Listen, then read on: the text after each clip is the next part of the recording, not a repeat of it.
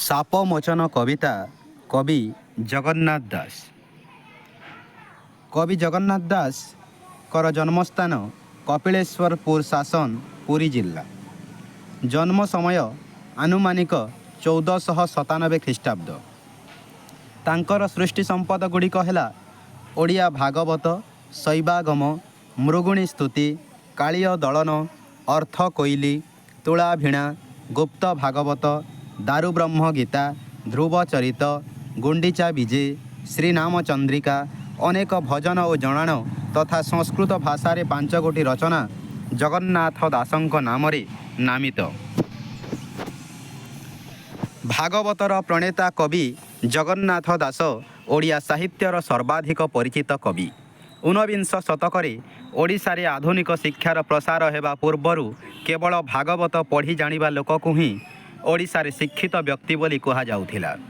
ବିବାହ ସମୟରେ କନ୍ୟା ପିତାଙ୍କ ନିକଟରେ ବରର ପରୀକ୍ଷା ସମାହିତ ହେଉଥିଲା ଭାଗବତ ଖେଦା ପାଠ କରି। ପୁଣି ପିତାମାତାଙ୍କ ମୃତ୍ୟୁଶଯ୍ୟା ନିକଟରେ ପୁତ୍ରକୁ ଭାଗବତ ପାଠ କରିବା ଥିଲା ଏକ ନୈତିକ କର୍ତ୍ତବ୍ୟ। ଏଥିପାଇଁ ଊନବିଂଶ ଶତକରେ ଓଡ଼ିଶାରେ ଶିକ୍ଷିତ ସଂଖ୍ୟା ପଡ଼ୋଶୀ ପ୍ରଦେଶମାନଙ୍କଠାରୁ ଅଧିକ ଥିଲା। ଭାଗବତର ଲଳିତ କାନ୍ତ କୋମଳ ପଦାବଳୀ ଉତ୍କଳୀୟ ଜନତାଙ୍କୁ ମନ୍ତ୍ରମୁଗ୍ଧ କରି ରଖିଥିଲା। ଏକ ଅପୂର୍ବ ଆଧ୍ୟାତ୍ମିକ ପରିମଣ୍ଡଳ ସୃଷ୍ଟି ହୋଇଥିଲା ସମଗ୍ର ଓଡ଼ିଶା ଭୂଖଣ୍ଡରେ। ମହାକବି ସାରଳା ଦାସ ଲୋକକଥିତ ଭାଷାକୁ ସାହିତ୍ୟିକ ଭାଷାର ରୂପ ପ୍ରଦାନ କରିଥିଲେ, କିନ୍ତୁ ମହାତ୍ମା ଜଗନ୍ନାଥ ଦାସ ଏହି ସାହିତ୍ୟିକ ଭାଷାକୁ ରୁଚିମନ୍ତ କରି ସେଥିରେ ବଳ ସଂଯୋଗ କଲେ। ତତ୍ସମ, ତଦ୍ଭବ ଓ ଦେଶଜ ଶବ୍ଦମାନଙ୍କର ଏକ ଅଦ୍ଭୁତ ସଙ୍ଗମ ପାଠକ ଭାଗବତରେ ଦେଖିବାକୁ ପାଇଥାନ୍ତି। ସଂସ୍କୃତ ଶବ୍ଦ ଓ ଦାର୍ଶନିକ ତତ୍ତ୍ୱରାଜିର ଓଡ଼ିଆ ଅନୁବାଦ କଳାବେଳେ ଜଗନ୍ନାଥ ଯଥାସମ୍ଭବ ସତର୍କତା ଅବଲମ୍ବନ କରି ସେଗୁଡ଼ିକୁ ଓଡ଼ିଆ ପାଠକମାନଙ୍କର ହୃଦୟଗ୍ରାହୀ କରାଇଛନ୍ତି। ତେଣୁ ଗବେଷକମାନେ ଭାଗବତକୁ ଏକ ଅନୁବାଦ ନ କହି ଅନୁସୃଜନ କହିଛନ୍ତି। ଭାଗବତର ଏହି କାବ୍ୟିକ ମାଧୁର୍ଯ୍ୟ ଓ ମୌଳିକ ଆବେଦନ ଯୋଗୁଁ ଓଡ଼ିଶାର ପୁରପଲ୍ଲୀରେ ଭାଗବତ ଟୁଙ୍ଗି ଗଢ଼ି ଉଠିଥିଲା। ପ୍ରତ୍ୟହ ସନ୍ଧ୍ୟା ସମୟରେ ଏହି ଭାଗବତ ଟୁଙ୍ଗିରୁ ହିଁ ପ୍ରସାରିତ ହେଉଥିଲା ଓଡ଼ିଆ ସାହିତ୍ୟ ଓ ଧର୍ମର ସନ୍ଦେଶ। 16ଶ ଶତାବ୍ଦୀର ଆଦ୍ୟ ପାଦରେ ଶ୍ରୀ ଚୈତନ୍ୟଙ୍କ ଉତ୍କଳ ଆଗମନ ଓ ଓଡ଼ିଶାରେ ଭକ୍ତି ଧର୍ମର ପ୍ରସାରର ମୁଖ୍ୟ ବାହକ ସାଜିଥିଲା ଏହି ଭାଗବତ ଟୁଙ୍ଗି। ଭାଗବତର କୋମଳ ତଥା ପାଣ୍ଡିତ୍ୟପୂର୍ଣ୍ଣ ବ୍ୟାଖ୍ୟା ଓ ଭକ୍ତି ସାଧନାର ଅନନ୍ୟତାକୁ ଲକ୍ଷ୍ୟ କରି ବୈଷ୍ଣବ ଆନ୍ଦୋଳନର ପୁରୋଧା ଶ୍ରୀ ଚୈତନ୍ୟ ଜଗନ୍ନାଥଙ୍କୁ ଅତି ବଢ଼ି ଉପାଧି ପ୍ରଦାନ କରିଥିଲେ। ଜଗନ୍ନାଥଙ୍କ ସାଧନା ପୀଠ ବଡ଼ ଓଡ଼ିଆ ମଠ ଏବେ ବି ଅତି ବଡ଼ି ସମ୍ପ୍ରଦାୟର ସାଧନ ଭୂମି ହୋଇ ରହିଛି। ସାପମୋଚନ କବିତା ସମ୍ପର୍କରେ ଆମର ଆଲୋଚ୍ୟ ସାପମୋଚନ କବିତାଟି ଜଗନ୍ନାଥଙ୍କ ଅମର କୃତି ଭାଗବତର 10ମ ସ୍କନ୍ଧ 69 ଅଧ୍ୟାୟ ନୃଗ ରାଜା ମୋକ୍ଷଣ ପ୍ରସଙ୍ଗ ଭାବରେ ବର୍ଣ୍ଣିତ ହୋଇଛି। ଥରେ କୃଷ୍ଣଙ୍କ ପୁତ୍ରମାନେ ନିକଟସ୍ଥ ବନ ଉପକଣ୍ଠରେ କ୍ରୀଡ଼ା କରୁଥିଲେ। ଦୀର୍ଘକାଳ କ୍ରୀଡ଼ା କରିବା ପରେ ଏମାନେ ତୃଷାର୍ତ୍ତ ହୋଇପଡ଼ିଲେ। ଜଳସନ୍ଧାନ ଉଦ୍ଦେଶ୍ୟରେ ଇତଃସ୍ତତଃ ଭ୍ରମଣ କରିବାରୁ ବନ ମଧ୍ୟରେ ଏକ ପରିତ୍ୟକ୍ତ କୂପ ଦେଖିବାକୁ ପାଇଲେ। କାଳେ ସେଥିରେ ଜଳ ଥିବ, ଏହା ଦେଖିବା ପାଇଁ ସେମାନେ କୂପ ମଧ୍ୟକୁ ନିରେଖି ଚାହିଁବାରୁ ଏକ ବିଶାଳ ଜନ୍ତୁ ଦେଖିବାକୁ ପାଇଲେ। ଏଡ଼େ ବିଶାଳ ଅଦ୍ଭୁତ ଜୀବଟିକୁ ସେମାନେ କ୍ରୁକଲାସ ବା ଏଣ୍ଡୁଅ ବୋଲି ଚିହ୍ନିଲେ। ତତ୍ପରେ ସେମାନେ ଦଉଡ଼ି ଲଗାଇ ଏଣ୍ଡୁଅଟିକୁ ବାହାର କରିବା ଲାଗି ଉଦ୍ୟମ କଲେ। ତାହା କିନ୍ତୁ ସମ୍ଭବ ହେଲା ନାହିଁ। ଏଥିଯୋଗୁଁ ପୁଅମାନେ ନିଜକୁ ଅପମାନିତ ବୋଧ କଲେ ଓ ଅନନ୍ୟପାୟ ହୋଇ କୃଷ୍ଣଙ୍କ ଆଗରେ ଯାଇ କହିଲେ। କୃଷ୍ଣ ବନ ମଧ୍ୟକୁ ଆସି କ୍ରୁକଲାସଟିକୁ ଅନାୟାସରେ କୂପ ମଧ୍ୟରୁ ବାହାର କରିଦେଲେ। କୃଷ୍ଣଙ୍କ କର ସ୍ପର୍ଶରୁ କ୍ରୁକଲାସ ଶରୀର ଭିତରୁ ଏକ ଦିବ୍ୟ ସୁନ୍ଦର ରାଜପୁରୁଷ ବାହାରିଲେ। ଏବେ ସେହି ରାଜପୁରୁଷ ତାଙ୍କର ଶାପଗ୍ରସ୍ତ ହେବାର କାରଣ ନିଜେ କହିଲେ ଓ ଶେଷରେ ମୁକ୍ତି ଲାଭ କରି ଏକ ଦିବ୍ୟ ବିମାନରେ ବସି ସ୍ୱର୍ଗପୁରକୁ ଯାତ୍ରା କଲେ। ଏହି ସୁନ୍ଦର ପ୍ରସଙ୍ଗଟି ନେଇ ସାପମୋଚନ କବିତା ରଚନା କରାଯାଇଛି। ସାପମୋଚନ, ସାପ କହିଲେ ଏଠାରେ ଅଭିଶାପ, ମୋଚନ କହିଲେ ମୁକ୍ତି। ଅଭିଶାପରୁ ମୁକ୍ତି ପାଇଥିବା ରାଜା ହେଉଛନ୍ତି ନୃଗ ରାଜା। ତ ନୃଗ ରାଜାଙ୍କ କାହାଣୀ ଏଠାରେ ବର୍ଣ୍ଣନା କରାଯାଉଛି। ଆସନ୍ତୁ କବିତାର ସାରାଂଶକୁ ପଢ଼ିବା।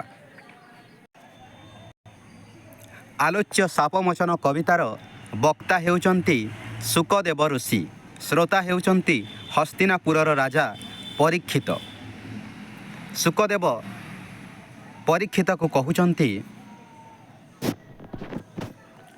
ଶୁଣ ରାଜନ ସାବଧାନେ ଦ୍ୱାରିକାପୁର ଏକ ଦିନେ, କୃଷ୍ଣ କୁମାର ଛନ୍ତି ଯେତେ କହିବା ଏକେ ଏକେ କେତେ, ପ୍ରଦ୍ୟୁମ୍ନ ଶାମ୍ବ ଆଦି ମିଳି ବନେ କରନ୍ତି ନାନା କିଳି, ଅନେକ ବେଳ କ୍ରୀଡ଼ା କରି ତୃଷିତେ ଲୋଡ଼ୁଛନ୍ତି ବାରି, ଏମନ୍ତେ ଜଳପାନ ସଧେ କୂପ ଦେଖିଲେ ବନ ମଧ୍ୟେ, ସକଳ କୂପ ପାଶେ ମିଳି ଚାହାନ୍ତି ନୟନ ନିରୋଳି, ତୃଣ ଗହଳ ଅନ୍ଧକାରେ ଅଦ୍ଭୁତ ଜନ୍ତୁ ତା ଭିତରେ। ଶୁକଦେବ ରାଜା ପରୀକ୍ଷିତକୁ କହୁଛନ୍ତି, ଶୁଣ ରାଜନ ସାବଧାନ ହେଇ ଶୁଣନ୍ତୁ, ଦ୍ୱାରିକାପୁରର ଏକ ଘଟଣା ମୁଁ ବର୍ଣ୍ଣନା କରିବାକୁ ଯାଉଛି। ଦ୍ୱାରିକାପୁରରେ ଏକ ଦିନେ କ'ଣ ହେଇଛି, କୃଷ୍ଣର କୁମାରମାନେ ଅର୍ଥାତ୍ କୃଷ୍ଣଙ୍କ ପୁତ୍ରମାନେ ଯେତେ ଅଛନ୍ତି, କହିବା ଏକେ ଏକେ କେତେ, ସମସ୍ତଙ୍କର କଥା ମୁଁ ଜଣେ ଜଣେ କରି ପ୍ରକାଶ କରୁନାହିଁ, ସମସ୍ତଙ୍କର କଥା ମୁଁ ଏକାଥରକେ ପ୍ରକାଶ କରୁଅଛି। ପ୍ରଦ୍ୟୁମ୍ନ ଶାମ୍ବ ଆଦି ମିଳି, କୃଷ୍ଣଙ୍କର ପୁତ୍ର ପ୍ରଦ୍ୟୁମ୍ନ ଶାମ୍ବ ଆଦି ସମସ୍ତେ ପୁତ୍ର ମିଶି ବନେ କରନ୍ତି ନାନା କେଳି, ବନେ ମାନେ ଜଙ୍ଗଲରେ, ଜଙ୍ଗଲରେ ବିଭିନ୍ନ ପ୍ରକାରର କ୍ରୀଡ଼ା କରୁଛନ୍ତି। କେଳି ମାନେ କ୍ରୀଡ଼ା, ଖେଳ, ବିଭିନ୍ନ ପ୍ରକାର ଖେଳ ଖେଳୁଛନ୍ତି, କ୍ରୀଡ଼ା କରୁଛନ୍ତି।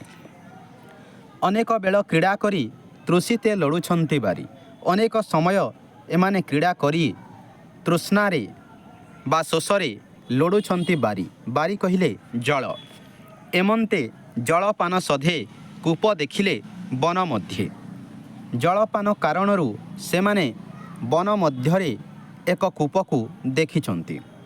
ସକଳେ କୂପ ପାଶେ ମିଳି ଚାହାନ୍ତି ନୟନ ନିରୋଳି, ସମସ୍ତେ କୂପ ନିକଟରେ ମିଳିଛନ୍ତି ଏବଂ ନୟନ ନିରୋଳି ସେହି କୂପକୁ ଚାହିଁଛନ୍ତି। ସେହି କୂପରେ ତୃଣ ଗହଳ ଅନ୍ଧକାରରେ ପରିପୂର୍ଣ୍ଣ, ତୃଣ ଗହଳିଆ ଅଛି ଏବଂ ଅନ୍ଧକାରରେ ପରିପୂର୍ଣ୍ଣ ଅଛି ସେ କୂଅ।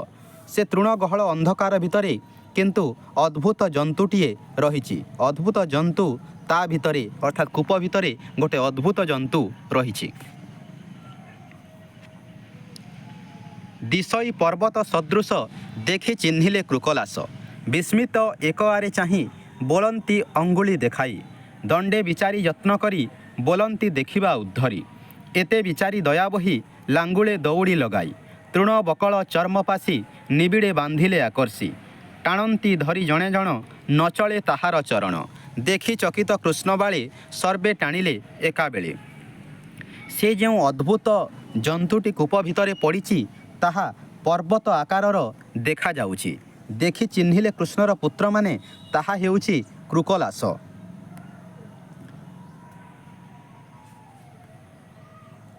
କୃକଲାସକୁ ଦେଖି ବିସ୍ମିତ ଭାବରେ ଜଣେ ଅନ୍ୟ ଜଣକୁ ଚାହୁଁଛନ୍ତି, ଏକ ଆରେ ଚାହିଁ ମାନେ ଜଣେ ଅନ୍ୟ ଜଣକୁ ଚାହୁଁଛନ୍ତି, ବୋଲନ୍ତି ଅଙ୍ଗୁଳି ଦେଖାଇ, କୂପ ମଧ୍ୟରେ ଅଙ୍ଗୁଳି ଦେଖାଇ କହୁଛନ୍ତି, ଦଣ୍ଡେ ବିଚାରି ଯତ୍ନ କରି ବୋଲନ୍ତି ଦେଖିବା ଉଦ୍ଧରି, ଦଣ୍ଡେ କିଛି ସମୟ ବିଚାର କରି ଯତ୍ନ କରି ଭାବୁଛନ୍ତି ତାକୁ ଉଦ୍ଧାର କରିବା, କୃକଲାସକୁ କୂଅ ମଧ୍ୟରୁ ଉଦ୍ଧାର କରିବା।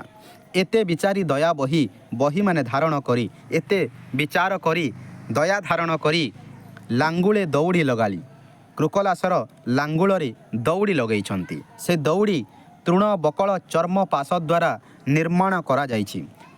ତୃଣ ଅର୍ଥାତ୍ ଘାସ, ବକଳ ଗଛର ବକଳ, ଚର୍ମ ପାଶି ଚର୍ମ ଦ୍ୱାରା ତିଆରି ଦଉଡ଼ି, ତାକୁ କୂଅ ମଧ୍ୟରେ ପକାଇଛନ୍ତି। ଆଉ ସେ କୂଅ ମଧ୍ୟରେ ରସିଟି ଯାଇ କୃକଲାସର ଲାଞ୍ଜରେ ଲାଗିଯାଇଛି। ତାକୁ ତାପରେ ନିବିଡ଼ ବାନ୍ଧି ସାରିବା ପରେ ଆକର୍ଷଣ କରୁଛନ୍ତି ବା ଟାଣୁଛନ୍ତି, ଟାଣୁଛନ୍ତି ଧରି କରି ଜଣେ ଜଣ ନ ଚଳେ ତାହାର ଚରଣ, ଜଣେ ଜଣ କରି ଟାଣୁଛନ୍ତି କିନ୍ତୁ କୃକଲାସର ଚରଣ ଚାଲୁନାହିଁ। ଦେଖି ଆଶ୍ଚର୍ଯ୍ୟ ହୋଇଛନ୍ତି କୃଷ୍ଣଙ୍କର ପୁଅମାନେ, କୃଷ୍ଣବାଳୀମାନେ, କୃଷ୍ଣଙ୍କର ପୁଅମାନେ, ସର୍ବେ ଟାଣିଲେ ଏକାବେଳେ, ସମସ୍ତେ ତାପରେ ଏକାଥରକେ ଟାଣିବାକୁ ଚେଷ୍ଟା କରିଛନ୍ତି, କାଳେ ସମସ୍ତଙ୍କର ବଳ ପ୍ରୟୋଗ ଦ୍ୱାରା କୃକଲାସକୁ କୂପ ମଧ୍ୟରୁ ଉଦ୍ଧାର କରିପାରିବା। ତିଳେ ନ ଚଳେ କୃକଲାସ ଟାଣି ପାଇଲେ ସର୍ବେ ତ୍ରାସ, ପୁଣି ଧରନ୍ତି ବାହୁବଳେ ଟାଣନ୍ତେ କେବେ ନ ଚଳେ, ଏମନ୍ତେ ବହୁ କ୍ଲେଶ ପାଇ ଏକ ଆରକେ ମୁଖ ଚାହିଁ, ବୋଲନ୍ତି ଦେଖି ବିପରୀତ ଆମ୍ଭର ବଳବୀର୍ଯ୍ୟ ହତ, ଟାଣନ୍ତେ ତିଳେ ନ ଚଲିଲା ଲାଜତ ମରଣୁ ବଳିଲା। ଶ୍ରୀକୃଷ୍ଣ ବୀର୍ଯ୍ୟେ ଆମ୍ଭ ଜନ୍ମ ଶୁଣି ହସିବେ ସର୍ବଜନ ରିପୁ ହସିବେ ଏହା ଶୁଣି କିବା ବୋଲିବେ ଚକ୍ରପାଣି। ତିଳେ ନ ଚଳେ କୃକଲାସ ଟିକିଏ ମଧ୍ୟ ଚାଲୁନାହିଁ କୃକଲାସ ଟାଣି ପାଇଲେ ସର୍ବେ ତ୍ରାସ ସମସ୍ତେ ଟାଣି ତ୍ରାସ ପାଇଛନ୍ତି ଥକି ଯାଇଛନ୍ତି ପୁଣି ଧରନ୍ତି ବାହୁବଳେ ଆଉ ଥରେ ପୁଣି ଚେଷ୍ଟା କରନ୍ତି ବାହୁବଳର ପ୍ରୟୋଗ କରନ୍ତି ଟାଣୁଛନ୍ତି କିନ୍ତୁ କେବେ ହେଁ ନ ଚଳେ କୃକଲାସ। ଏମନ୍ତେ ବହୁ କ୍ଲେଶ ପାଇ ଏକ ଆରକେ ମୁଖ ଚାହିଁ ଏମନ୍ତେ ବହୁ କ୍ଲେଶ ପାଇ ଅର୍ଥାତ୍ କଷ୍ଟ ପାଇ ଜଣେ ଅନ୍ୟ ଜଣଙ୍କର ମୁଖକୁ ଚାହୁଁଛନ୍ତି। ବୋଲନ୍ତି ଦେଖି ବିପରୀତ ଆମ୍ଭର ବଳବୀର୍ଯ୍ୟ ହତ କୃଷ୍ଣର ପୁଅମାନେ ଜଣେ ଅନ୍ୟ ଜଣଙ୍କର ମୁହଁକୁ ବିପରୀତ କରି ଦେଖୁଛନ୍ତି ଏବଂ ଆମ୍ବର ଶକ୍ତି ସାମର୍ଥ୍ୟ ପରାଜିତ ବୋଲି ଭାବୁଛନ୍ତି। ଟାଣନ୍ତେ ତିଳେ ନ ଚଳିଲା ଲାଜ ତ ମରଣୁ ବଳିଲା ଟାଣୁଛନ୍ତି ଟିକେ ମଧ୍ୟ ଚାଲୁନାହିଁ ତ ଏହା ଲାଜ ଲାଗୁଛି କୃଷ୍ଣର ପୁଅମାନଙ୍କୁ ଆଉ ଲାଜରେ ମରିବା କଥା ସେମାନେ ବିଚାର କରୁଛନ୍ତି। ଶ୍ରୀକୃଷ୍ଣ ବୀର୍ଯ୍ୟେ ଆମ୍ଭ ଜନ୍ମ ଶୁଣି ହସିବେ ସର୍ବଜନ ଶ୍ରୀକୃଷ୍ଣଙ୍କ ଦ୍ୱାରା ଆମ୍ଭର ଜନ୍ମ ହୋଇଛି ଲୋକେ ଯେତେବେଳେ ଶୁଣିବେ ସମସ୍ତେ ହସିବେ ଯେ ସାମାନ୍ୟ କୃକଲାସକୁ ଏମାନେ ଟାଣି ପାରିନାହାନ୍ତି ଶ୍ରୀକୃଷ୍ଣଙ୍କର ପୁତ୍ର ହୋଇ ସୁଦ୍ଧା।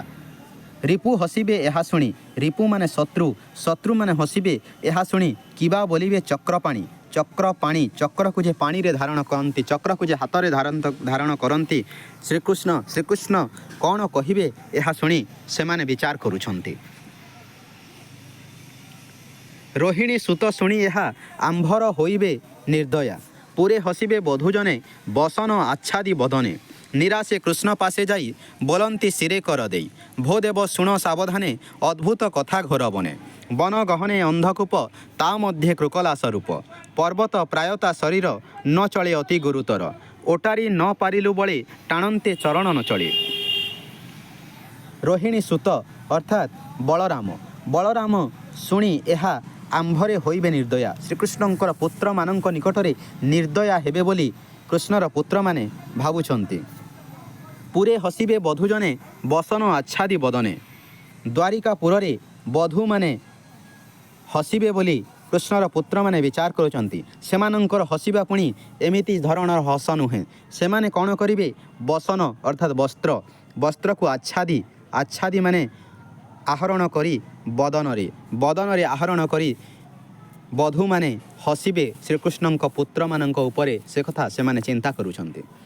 ନିରାଶ ଭାବରେ ତାପରେ କୃଷ୍ଣ ପାଖରେ ଯାଇ ବୋଲୁଛନ୍ତି ଶିରେ କର ଦେଇ ଭୋ ଦେବ ଶୁଣ ସାବଧାନେ ଅଦ୍ଭୁତ କଥା ଘୋର ବନେ ଭୋ ଦେବ ହେ କୃଷ୍ଣ ଶୁଣନ୍ତୁ ସାବଧାନେ ଅଦ୍ଭୁତ କଥା ଘଟିଯାଇଛି ଘୋର ବନରେ ବନ ଗହନ ଅନ୍ଧକୂପ ବନର ଗହନରେ ଗୋଟେ ଅନ୍ଧକୂପ ରହିଛି ତା ମଧ୍ୟରେ ଏକ କୃକଲାସ ପଡ଼ି ରହିଛି ପର୍ବତ ପ୍ରାୟ ତାହାର ଶରୀର ଆମେ ତାକୁ ଟାଣିଲୁ କିନ୍ତୁ ନ ଚଳେ ଅତି ଗୁରୁତର ଅତି ଓଜନିଆ ସେ ଓଟାରି ନ ପାରିଲୁ ବଳେ ଆମେ ତାକୁ ଟାଣିବାକୁ ଚେଷ୍ଟା କଲୁ କିନ୍ତୁ ତାହାକୁ ଆମେ ଟାଣିପାରିଲୁ ନାହିଁ ଟାଣନ୍ତେ ଚରଣ ନ ଚଳେ ଯେତେ ଚେଷ୍ଟା କଲେ ମଧ୍ୟ ତା ଚରଣକୁ ମଧ୍ୟ ଆମେ ଟିକେ ଚଳେଇ ପାରିଲୁ ନାହିଁ।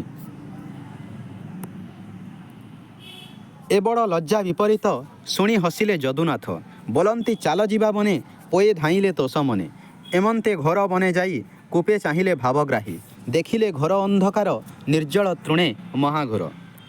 ଏହା ବଡ଼ ଲଜ୍ଜା ବିପରୀତ ଶୁଣି ହସିଲେ ଯଦୁନାଥ ଅର୍ଥାତ୍ ଶ୍ରୀକୃଷ୍ଣ ବୋଲନ୍ତି ଚାଲ ଯିବା ବନେ ଚାଲ ଆମେ ସେହି ଜଙ୍ଗଲକୁ ଯିବା ପୋଏ ଧାଇଁଲେ ତୋଷ ମନେ ପୋଏ ମାନେ ଶ୍ରୀକୃଷ୍ଣଙ୍କର ପୁତ୍ରମାନେ ଧାଇଁଲେ ଆନନ୍ଦିତ ମନରେ ଏମନ୍ତ ଭାବରେ ଘୋର ବନକୁ ସେମାନେ ଗଲେ କୂପ ମଧ୍ୟରେ ଚାହିଁଲେ ଭାବଗ୍ରାହୀ ଶ୍ରୀକୃଷ୍ଣ ଦେଖିଲେ କୂପ ମଧ୍ୟରେ ଘୋର ଅନ୍ଧକାର ନିର୍ଜଳ ସେଠି ପାଣି ନାହିଁ ତୃଣେ ମହାଘୋର ତୃଣ ପରିପୂର୍ଣ୍ଣ ଅଛି।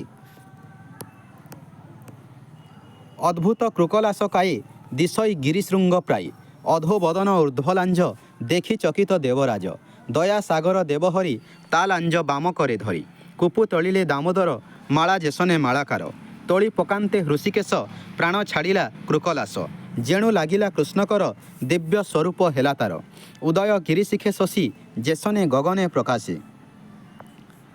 ଅଦ୍ଭୁତ କୃକଲାସର କାୟା ଧାରଣ କରିଛି କାୟା ମାନେ ଶରୀର ଦିଶଇ ଗିରିଶୃଙ୍ଗ ପ୍ରାୟ ଗିରିର ଶୃଙ୍ଗ ଭଳିଆ ଜଣାଯାଉଛି କୃକଲାସ ଅଧୋ ବଦନ ଊର୍ଧ୍ୱଲାଞ୍ଜ ତାର ମୁହଁକୁ ତଳକୁ କରିଛି, ଅଧୋବଦନ ଉର୍ଦ୍ଧ୍ୱ ଲାଞ୍ଜ, ଲାଞ୍ଜକୁ ଉପରକୁ କରିଛି।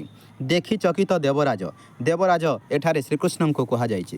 ଦୟାସାଗର ଦେବହରି, ଦେବହରି କୃଷ୍ଣ ଦୟାର ସାଗର, ତା ଲାଞ୍ଜ ବାମ କରେ ଧରି, କୃକଲାସର ଲାଞ୍ଜକୁ ବାମ ହାତରେ ଧରି କୂପ ତୋଳିଲେ ଦାମୋଦର, କୂପ ମଧ୍ୟରୁ ବାହାର କଲେ ଦାମୋଦର ଶ୍ରୀକୃଷ୍ଣ।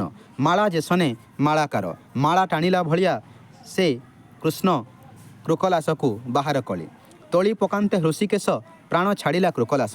ଯେତେବେଳେ ତୋଳି ପକାଇଲେ ଅର୍ଥାତ୍ କୃକଲାସକୁ ବାହାର କଲେ ହୃଷିକେଶ କୃଷ୍ଣ, ପ୍ରାଣ ଛାଡ଼ିଯାଇଛି କୃକଲାସର। ଆଉ କୃକଲାସର ଯେତେବେଳେ ପ୍ରାଣ ଛାଡ଼ିଯାଇଛି, କୃଷ୍ଣଙ୍କର ହାତ ସ୍ପର୍ଶରେ ଦିବ୍ୟ ସ୍ୱରୂପ ହୋଇଛି କୃକଲାସର। ଉଦୟ ଗିରି ଶିଖେ ଶଶୀ, ଯେସନେ ଗଗନ ପ୍ରକାଶୀ। ଉଦୟ ଗିରିର ଶିଖରରେ ଯେମିତି ଶଶୀ ବା ଚନ୍ଦ୍ର ଉଦୟମାନ ହୋଇଥାଏ, ଯେସନେ ଗଗନରେ ପ୍ରକାଶ ଲାଭ କରିଥାଏ, ସେହିଭଳି ଦିବ୍ୟ ସ୍ୱରୂପ ହୋଇଛି କୃକଲାସର। ଶୁଦ୍ଧ ସୁବର୍ଣ୍ଣ ଦେହ ଝଳି, ଜଳଦେ ଯେସନେ ବିଜୁଳି। ଦିବ୍ୟ ବସନ ଗନ୍ଧମାଳ, ଦେଖି ଚକିତ ନନ୍ଦବାଳ। ତାହା ଜାଣନ୍ତି କୃଷ୍ଣ ଏକେ, ବିଖ୍ୟାତ ଅର୍ଥ ନରଲୋକେ। ତାର ବଦନ ଚାହିଁ ହସି, ପୁଛନ୍ତି ପ୍ରଭୁ ବ୍ରହ୍ମରାଶି। ତୁ ମହାଭାଗ ପୁଣ୍ୟ ଦେହି, ଦେବତା ପ୍ରାୟ ମୋ ମଣଇ।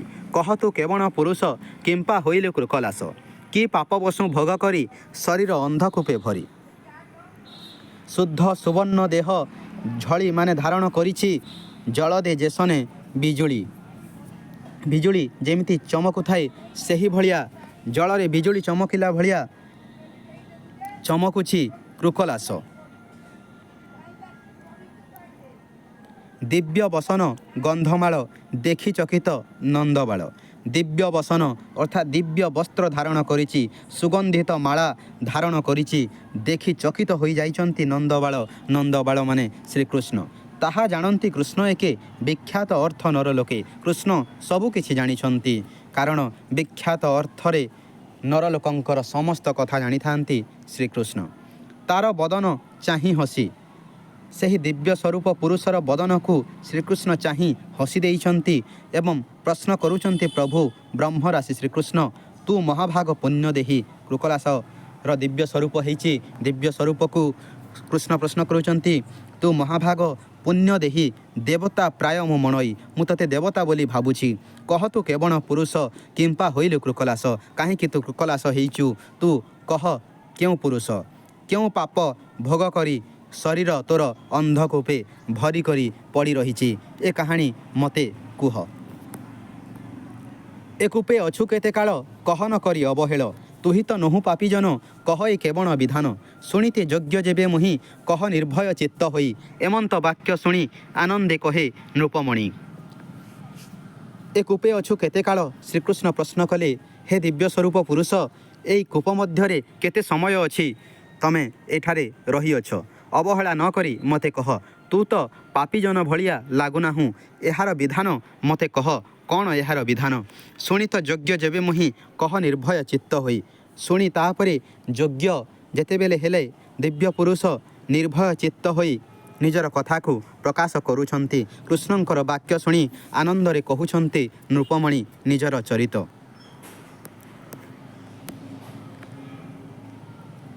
ଶିରେ ମୁକୁଟ ରବି ପ୍ରାୟ, ନମିଲା ଗୋବିନ୍ଦର ପାଇ।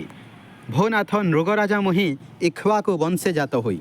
ଜଗତ ମଧ୍ୟେ ଯେତେ ଦାନୀ, ତାହାଙ୍କ ମଧ୍ୟେ ମୁଁ ଅଗ୍ରଣୀ। ତୁ ତାହା ଅଛୁ ଭଲେ ଜାଣି, ମୁଁ କି କହିବି ପରିମାଣି। ସର୍ବଭୂତଙ୍କ ଆତ୍ମା ତୁହି, ଅଶେଷ ଜ୍ଞାନ ତୋର ତହିଁ।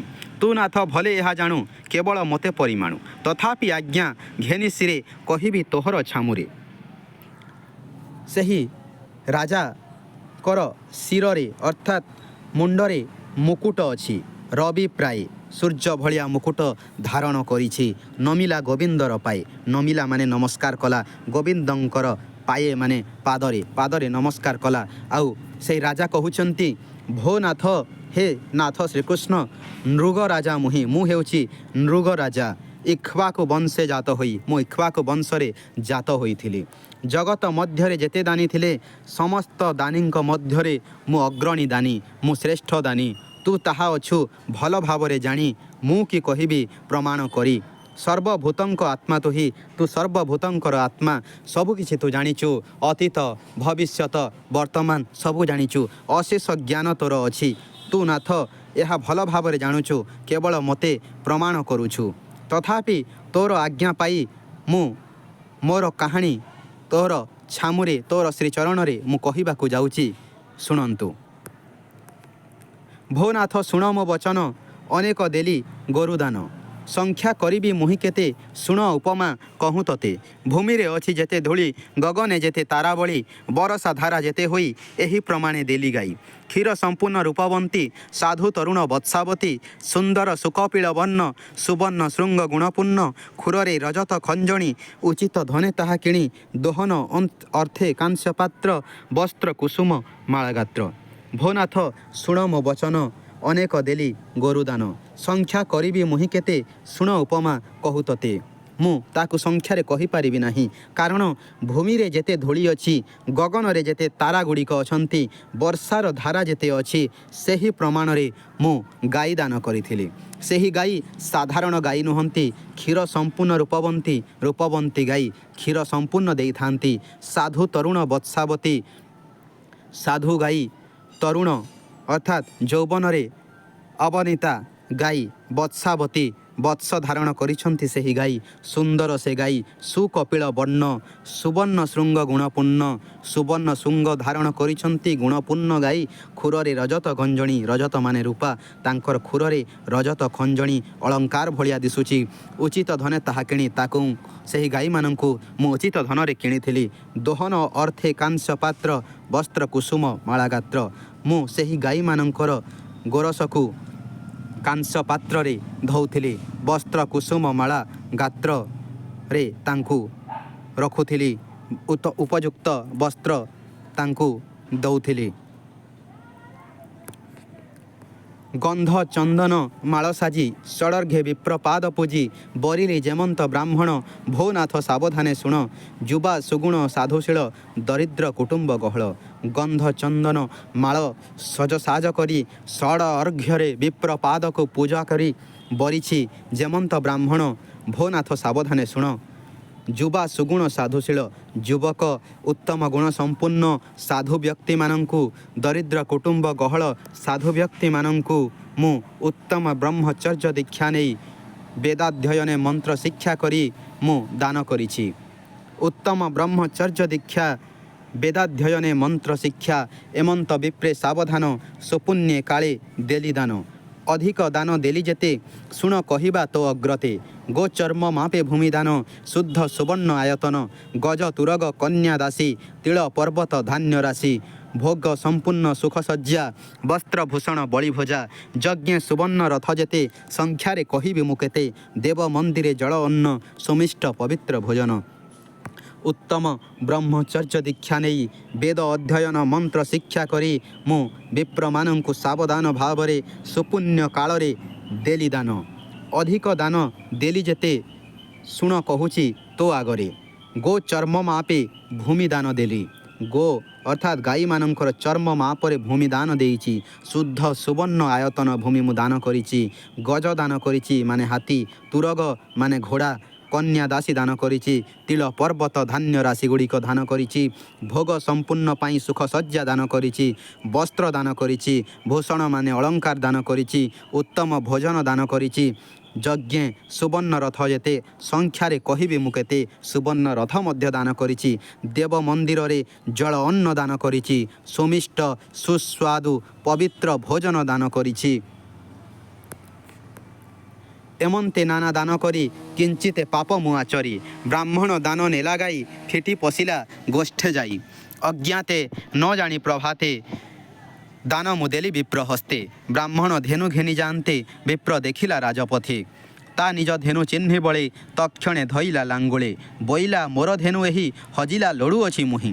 ଶୁଣି ବ୍ରାହ୍ମଣ କୋପମନେ, ବୋଲଇ ପରୁଷ ବଚନେ। ପ୍ରତ୍ୟକ୍ଷେ ଘେନି ଅଛି ଦାନ, ଦେଖ ତୁ ଫେଡ଼ିଣ ନୟନ। ଏମନ୍ତେ ନାନା ପ୍ରକାରର ଦାନା କରି, କିଞ୍ଚିତ ପାପ, କିଛି ପାପ ମୋ ଦ୍ୱାରା ହେଇଗଲା। ବ୍ରାହ୍ମଣକୁ ଗୋଟେ ଗାଈ ଦାନ ଦେଲି। ସେହି ଗାଈ ଫିଟି ପଶିଛି ଗୋଷ୍ଠେ ଯାଇ, ଅର୍ଥାତ୍ ସେହି ଗାଈ ବ୍ରାହ୍ମଣଙ୍କର ଗୁହାଳରୁ ଫିଟି ରାଜାଙ୍କର ମହଲକୁ ପୁନର୍ବାର ଫେରି ଆସିଛି। ଏହାକୁ ରାଜା ଜାଣିପାରିନାହାନ୍ତି ଏବଂ ଅଜ୍ଞାନବଶତଃ प्रभात समय अन्य एक विप्र हाथ में दान देइछन्ति सेही देइथिबा गाई। ब्राह्मण धेनु घेनी जाते विप्र देखिला राजपथे। द्वितीय ब्राह्मण जेतेबेले धेनु को गाई को नहीं जाउथिला विप्र प्रथम विप्र देखिला राजपथरे। ता निज धेनु को चिन्हि तक्षणे धइला लांगुले चिन्हि बलरे सही क्षणरे ता लांगुल को धरी पकईची। प्रथम ब्राह्मण बोइला मोर धेनु एही हजिला लड़ू अछि मुहि मोर गाई एहिटा हजि जाइथिला मु खोजु अछि ताकू। शुणी ब्राह्मण कोपमने बोलई परुष वचने प्रत्यक्ष घेनी अछि दान देख तो फेणी नयन। द्वितीय ब्राह्मण कोपित हो जाइछि कहिछि परुष वचने क्रोधित वचन रे कहिछि प्रत्यक्ष भाव राजा मते दान देइछन्ति देख तोर नयन को फेड़ी देख।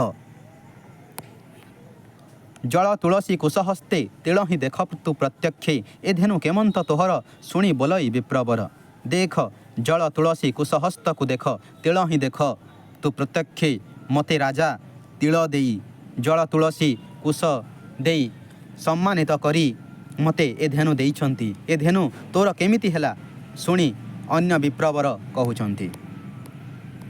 धेनु शरीरे मोर लेख तोहर चक्षु थिले देख एमंत कही शृंग धरी घेनी चलिला निजपुरी। द्वितीय ब्राह्मण तापरे कहूची से धेनुर शरीर रे मोर लेख अछि तोर चक्षु थिले देख एमंत कही द्वितीय ब्राह्मण तार सिंह को धरी निज पुरी अर्थात निज घर को चालुची। ब्राह्मण धरे लांजे धेनु एमंते उपजिला मन्यु। प्रथम ब्राह्मण लांज को धरिची द्वितीय ब्राह्मण सिंह को धरिची एही भली भाव रे उपजिला मन्यु। मन्यु माने विवाद कली झगड़ा देखादेला। कली भियाई पथ मध्य प्रहार कले हस्तपादे कली जेतेबेले बढ़िबाकू लागिला से माने प्रहार मध्य करिछन्ति हस्तपादरे।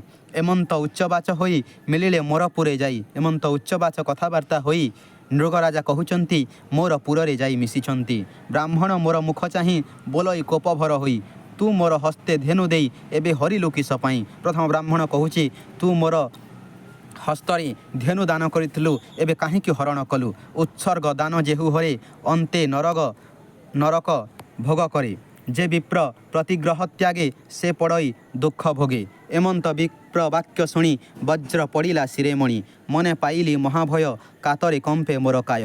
उभय संकटे मु पड़ी कर जुगल शिरे जोड़ी बेनी विप्रंक पादगते प्रबोध कली नानामते संकल्प लक्ष्य धेनु करी बोइली विप्रपाद धरी भो विप्र लक्ष्य धेनु नहीं ए धेनु गोटी दिय तुही।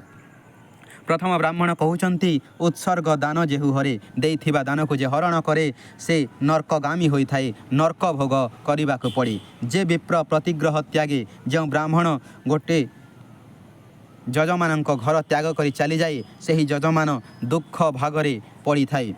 एमंत विप्र वाक्य शुणी वज्र पड़ीची राजांक मुंडरे माने डरी जाइछन्ति मने पाइली महाभय राजा भयभीत होइछन्ति एवं कातरे तांकर काया बा शरीर कंपी जाइछि। उभय संकटरे राजा जेतेबेले पड़ीछन्ति कर जोड़ी शिरे जोड़ी बेनीक विप्र पादगते प्रबोध कली नानामते बेनी विप्र अर्थात दुई जन विप्रंकर पादरे पड़ी बुझेइबाकू लागिली विभिन्न प्रकार प्रबोधना कली। संकल्प लक्ष्य धेनु करी बोइली विप्रपाद धरी बो विप्र लक्ष्य धेनु नहीं ए धेनु दिय गोटे तो ही। संकल्प कली जे लक्ष्य धेनु देवी केवल यही गोटे धेनु मते फेरई दियंतु लक्ष्य धेनु ता बदल रे नहीं जांतु यही गोटे धेनु दिय तु ही। तू मते अनुग्रह कर उभय संकट उद्धर न जानी कली एळे कर्म भो विप्र रख मोर धर्म न कर मने आन बुद्धि दक्षिणा देवी हेमनिधि। ब्राह्मण मानकु कहउचन्ति तू मते अनुग्रह कर उभय संकटरु मते रक्षा कर न जानी मु एते बड़ भूल कर्म करि देइछि भो विप्र हे विप्र माने मोर धर्म को टिके रक्षा करंतु न कर मने आन बुद्धि तमे निजर मन को छोट बुद्धि कर नाही खराब बुद्धि पोषण कर नाही एथिपाई मु दक्षिणा मध्य देवी हेम निधि दक्षिणा मध्य देवी। नरक पथु रख मते ए धेनु दिय तो सचित्ते शुणी बोलई प्रतिग्राही लक्ष्य के मोर कार्य नाही। एमंत बोली विप्र गला आन जे प्रतिग्राही थिला अयुते देली ताकु धेनु ता देखि विप्र कला मन्यु ବୋଇଲି ଲକ୍ଷେ ନିୟତୁ ହି ଶୁଣି କପିଲା ମୋତେ ଚାହିଁ ବୋଇଲା ପରୁଷ ବଚନେ ନିନ୍ଦା ତୁ କଲୁ ମହାଜନେ କୋପେ ଚଳିଲା ନିଜ ଘରେ ନିତ୍ୟ ଆସଇ ମୋର ପୁରେ ପ୍ରତି ଦିବସେ ବୋଧ କରି ବୋଲଇ ବିପ୍ରପାଦ ଧରି ନର୍କ ପଥରୁ ମୋତେ ଉଦ୍ଧାର କରନ୍ତୁ ଏବଂ ଏ ଧେନୁ ମୋତେ ଆନନ୍ଦିତ ମନରେ ଦିଅନ୍ତୁ ବୋଲି ରାଜା ବ୍ରାହ୍ମଣମାନଙ୍କୁ କହିଛି। ଶୁଣି ବୋଲଇ ପ୍ରତିଗ୍ରାହୀ ବ୍ରାହ୍ମଣ କହିଛନ୍ତି ଯେ ଲକ୍ଷକେ ମୋର କାର୍ଯ୍ୟ ନାହିଁ, ମୋର ଲକ୍ଷକେ ଗାଈ ଦରକାର ନାହିଁ ଏମନ୍ତ ବୋଲି ବିପ୍ର ଚାଲିଯାଇଛି ଏବଂ ଅନ୍ୟ ଜଣେ ଯେଉଁ ବିପ୍ର ଥିଲା ସେ ତାକୁ ମଧ୍ୟ ବୁଝେଇବାକୁ ଚେଷ୍ଟା କରୁଛନ୍ତି। ରାଜା ଅୟୁତେ ଦେଲି ତାକୁ ଧେନୁ ତା ଦେଖି ବିପ୍ର କଲା ମନ୍ୟ ମୁଁ ମଧ୍ୟ ଅୟୁତ ଦାନ ଦେବି ଅୟୁତ ଧେନୁ ଦେବି ଲକ୍ଷେ ଧେନୁ ଦେବି ଆପଣ ନିଜ ମନରେ ସନ୍ତୁଷ୍ଟ ହୋଇ ମୋତେ ଏ ଧେନୁ ଫେରାଇ ଦିଅନ୍ତି। କିନ୍ତୁ ଅନ୍ୟ ଜଣେ ବ୍ରାହ୍ମଣ ମଧ୍ୟ ରାଜାଙ୍କ ବଚନରେ କୋପ କରିଛି। ଶୁଣି କପିଲା ମୋତେ ଚାହିଁ ବୋଇଲା ପରୁଷ ବଚନେ କ୍ରୋଧିତ ବଚନରେ କହିଛି ନିନ୍ଦା ତୁ କଲୁ ମହାଜନେ ତୁ ମୋର ନିନ୍ଦା କଲୁ ମହାଜନ କୋପେ ଚଳିଲା ନିଜ ଘରେ। ଅନ୍ୟ ବ୍ରାହ୍ମଣ ମଧ୍ୟ ନିଜ ଘରକୁ ଚାଲିଯାଇଛି। ନିତ୍ୟ ଆସଇ ମୋର ପୁରେ ସବୁଦିନ ରାଜାଙ୍କର ଘରକୁ ଆସୁଛି। ପ୍ରତି ଦିବସେ ବୋଧ କରି ବୋଲଇ ବିପ୍ରପାଦ ଧରି ପ୍ରତି ଦିବସରେ ରାଜା ତାଙ୍କୁ ବୁଝେଇବାକୁ ଚାଲୁଛନ୍ତି। ବିପ୍ରମାନଙ୍କ ପାଦ ଧରି ନିଜର ଭୁଲର କ୍ଷମା ମାଗୁଛନ୍ତି। ଅଜାଣତରେ ଏଭଳି କର୍ମ ହେଇଛି କିନ୍ତୁ କୌଣସି ବ୍ରାହ୍ମଣ ତାଙ୍କ କଥାକୁ ଶୁଣିବାକୁ ଅପ୍ରସ୍ତୁତ ହୋଇଛନ୍ତି। କୋପି ନ ଶୁଣେ ମୋ ବଚନ ଏମନ୍ତେ ଗଲା କେତେ ଦିନ ଭୋନାଥ ଶୁଣ ଜନାର୍ଦ୍ଦନ କାଳେ ମୁଁ ଛାଡ଼ିଲେ ଜୀବନ ମରଣ କାଳେ ଯମଦୂତେ ମିଳିଲେ ମୋହର ଅଗ୍ରତେ ବନ୍ଧନ କରି ମୋର ଦେହି ଯମ ନିକଟେ ନେଲେ ନେଇ ତକ୍ଷଣେ ରବିର ନନ୍ଦନ ଅନେକ କଲା ସନମାନ ପୁଣ୍ୟ ପାତକ ବିଚାରିଲା ଆନନ୍ଦେ ମୋତେ ଆଜ୍ଞା ଦେଲା। ଶୁଣ ରାଜନ ପୁଣ୍ୟବନ୍ତ କିଏ କରୁ ତୋର ପୁଣ୍ୟ ଅନ୍ତ କିଞ୍ଚିତ ପାପ ଅଛି ତୋର ଯେ ଇଚ୍ଛା ଆଗେ ଭୋଗ କର। କୋପରେ କେହି ବ୍ରାହ୍ମଣମାନେ ମୋ କଥା ଶୁଣିଲେ ନାହିଁ। ଏମନ୍ତ ଭାବରେ କିଛି ଦିନ ଚାଲିଯାଇଛି। ଭୋନାଥ ହେ କୃଷ୍ଣ ଶୁଣ ଜନାର୍ଦ୍ଦନ କାଳେ ମୋର ମୃତ୍ୟୁବରଣ ହେଇଛି ମୋର ଜୀବନ ମୁଁ ଛାଡ଼ିଛି ମରଣ କାଳେ ଯମଦୂତେ ମିଳିଲେ ମୋହର ଅଗ୍ରତେ ମୋର ମରଣ ସମୟରେ ଯମଦୂତମାନେ ଆସିଛନ୍ତି ଏବଂ ମୋର ସାମ୍ନାରେ ପ୍ରକଟ ହୋଇଛନ୍ତି। ବନ୍ଧନ କରି ମୋର ଦେହି ଯମ ନିକଟେ ଦେଲେ ନେଇ ମୋର ଆତ୍ମାକୁ ବନ୍ଧନ କରି ମୋର ଦେହକୁ ଯମ ନିକଟରେ ଥୋଇ ଦେଇଛନ୍ତି। ତକ୍ଷଣେ ରବିର ନନ୍ଦନ ସେହି କ୍ଷଣରେ ରବିର ନନ୍ଦନ ଯମରାଜା ଅନେକ ସମ୍ମାନ ମୋତେ କରିଛି ମୋର ପୁଣ୍ୟ ପାପ ବିଚାର କରିଛି ଆନନ୍ଦରେ ମୋତେ ଆଜ୍ଞା ଦେଇଛି। ଶୁଣ ରାଜନ ପୁଣ୍ୟବନ୍ତ ଯମରାଜା କହିଛନ୍ତି ମୃଗରାଜାକୁ ଶୁଣ ରାଜନ ଆପଣ ପୁଣ୍ୟବନ୍ତ ଆପଣଙ୍କ ପୁଣ୍ୟର ଅନ୍ତ କରିହେବ ନାହିଁ କିନ୍ତୁ କିଞ୍ଚିତ ପାପ ଆପଣଙ୍କ ଦ୍ୱାରା ହୋଇଯାଇଛି କିଞ୍ଚିତ ପାପ ଅଛି ତୋର ଯେ ଇଚ୍ଛା ଆଗେ ଭୋଗ କର ଯେଉଁ ଇଚ୍ଛା ଆପଣ ଚାହିଁଲେ ଭୋଗ କରିପାରିବେ ଚାହିଁଲେ ପୁଣ୍ୟକୁ ଆଗରେ ଭୋଗ କରିପାରିବେ ପାପକୁ ଆଗରେ ଭୋଗ କରିପାରିବେ ଯାହା ଇଚ୍ଛା ଆପଣଙ୍କ ହିସାବରେ ମୁଁ ଆପଣଙ୍କୁ ଆପଣଙ୍କ ଫଳ ପ୍ରଦାନ କରିବି। ଶୁଭ ଅଶୁଭ ଫଳ ଦୁଇ ନିଶ୍ଚୟ ଭୋଗ ସେ କରଇ ବ୍ରହ୍ମା ଶଙ୍କରେ ଦେହ ଧରି ଅନ୍ୟଥା ନ ପାରନ୍ତି କରି ଏମନ୍ତ ଯମ ବାକ୍ୟ ଶୁଣି ଆପଣା ଚିତେ ପରିମାଣି। ଶୁଭ ଅଶୁଭ ଫଳ ଦୁଇ ପ୍ରକାରର ରହିଥାଏ। ଶୁଭ ପାଇଁ ଶୁଭ କର୍ମ ଅଶୁଭ ପାଇଁ ଅଶୁଭ ଫଳ ମିଳେ। ନିଶ୍ଚୟ ଭୋଗ ସମସ୍ତେ କରନ୍ତି ବ୍ରହ୍ମା ହୁଅନ୍ତୁ କିମ୍ବା ଶଙ୍କର ହୁଅନ୍ତି ଯଦି ମର୍ତ୍ତ୍ୟରେ ଦେହ ଧାରଣ କରିଛନ୍ତି ଏହି ନିୟମକୁ ଅନ୍ୟଥା କରିପାରିବେ ନାହିଁ।